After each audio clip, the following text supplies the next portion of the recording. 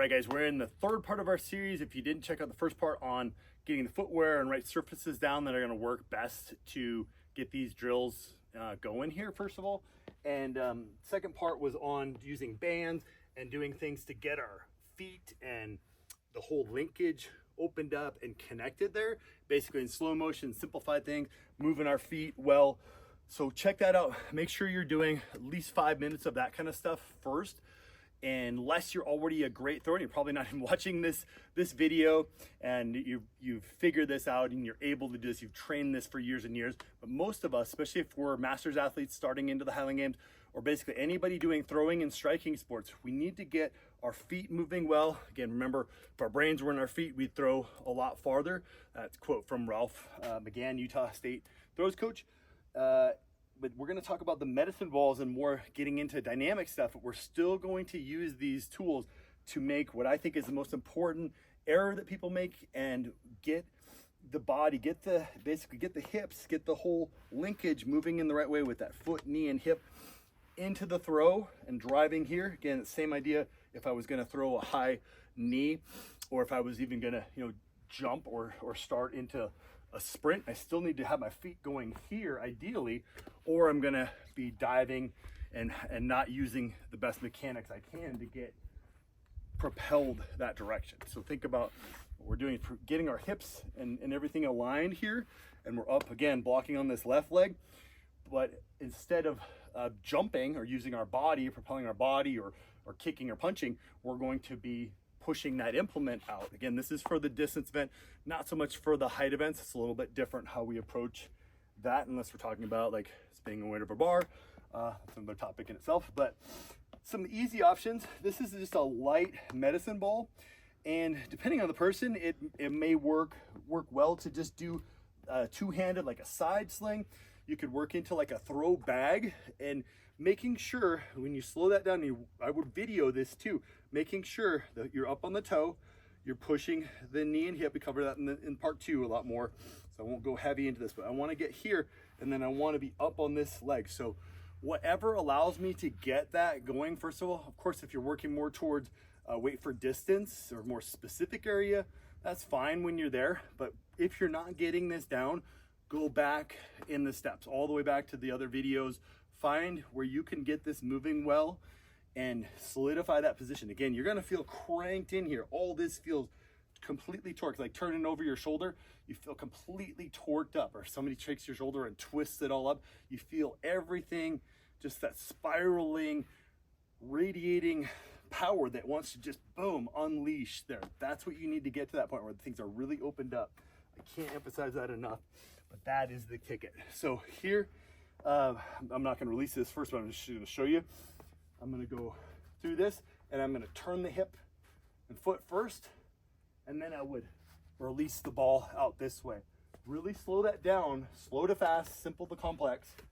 Do that. Make sure that you're getting that down first before you go take a bunch of throws. Otherwise, you'll see people just going here, and they're just dumping that ball, or they might kind of get into it. They might do this part well. They might turn that, but they're not up on this leg.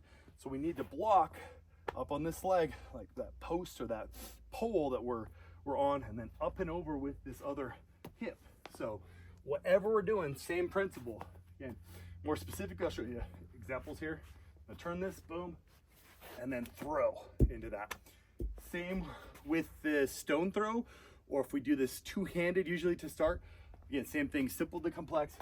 This would be a great place to make sure you're doing it well before you transition into your throws. This is, again, talking more preseason, early, off-season range of things, is more just some general power stuff. We don't need to be doing, I don't recommend doing actual throws for a lot of reasons. Partly mental, definitely certain pattern overload, the physical stuff. We're just applying the general pattern. We're not putting a big expectation in our head, trying to do it all today, throwing it hard. That just does not work to fix technique issues, to balance out the body. And by the way, I would do these offside too. Can you turn the hip well on this offside? Again, I have to think about this too. Can I get this hip going well into this offside? I have to think about it quite a bit more too. Open that other side. close to 50-50 throws, maybe 60-40 if you want to take a few more throws with the other side. But with the stone or with a med ball for more of a pushing pattern, I would go here, load this up with the other side. I'm going to come back from the angle here. And again, I'm here and load it up. This shoulder is back. This knee and hip are driving ahead of the shoulder here. And then I'm going to push into it. So it's going to look like this. Boom, or two hands like that. So mostly pushing, more so with this arm. This is kind of the guide hand, but it is helping it out a little bit too. So again, can't emphasize enough how much this needs to go. Otherwise, we're just throwing that ball out there or whatever implement it is, and this is not doing its job. This is the powerhouse for every throw, every sprint, every jump. So we're here. Don't even worry about tugging this in. Just have it down in a nice position. Throw out there. So that's all there is to it. Just making sure we're getting that turning. More weight for distance. If we're talking more specific Highland game stuff, two hand, we could work into one hand with a throw bag, but I will first do that. Boom. And then I'll start moving a little faster. Boom. And then I could go into my full throw and video that. And hopefully I'm doing a better job, which I almost always do when I do these warm-ups. Crazy idea, sometimes taking my own advice and going back to this stuff. It really helps to know when I'm going into my stone throw that I am turning that foot really well and not just dumping down flat and pushing that stone out. I'm really getting that hip through first, and I'm staying coiled back and patient to push through. Same idea with any of those throws for distance. Like I said, even our hammer throw, as I'm pushing through and hitting that low point, I'm still coming up and through. I want the hips to lead a little bit. Hammer's a little bit different as I'm staying connected with the hammer, but I don't want to leave this hip behind. I don't want to not come up and into that throw there without the hips. I do end up fully finishing the hips. We just wait a little bit longer. We don't push the hips through and drag the hammer through as much. A little different that way, but still we want to attain that big reverse through that big open chest. So see, same idea. We're transitioning that weight across the body. Yes, we have our blades in, so it's going to be more of this like jumping up and out. But you'll see in my stills when I hit this, I'm still very nice and opened up and pushed back into that finish.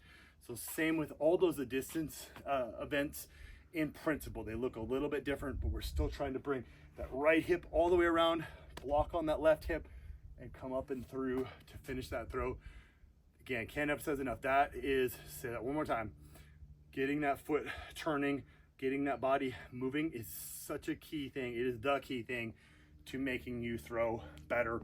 And you're gonna be healthier, happier, live longer to prosper in the sport by fixing this stuff early on in the season, early on in your career. Break those bad habits, and this is the best way that I've found to do it. So check it out.